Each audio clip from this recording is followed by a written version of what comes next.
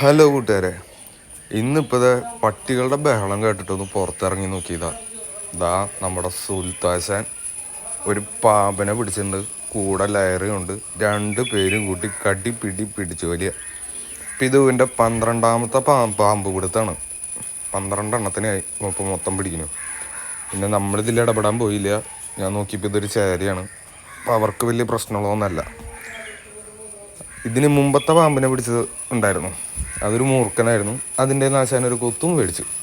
പിന്നെ ഡോക്ടറെ വിളിച്ചു വരുത്തൽ, ആൾ വന്ന് 2 ഡോസ് ആൻറ്റിവെനം, അത് കഴിഞ്ഞ് ഡയാലിസിസ്, അങ്ങനെയൊക്കെ രക്ഷപ്പെട്ടു പോകുന്നതാണ്. എന്നാലും ആശാൻ ഇപ്പോഴും പാമ്പിനെ കണ്ട ക്രിമിയേഡിയ.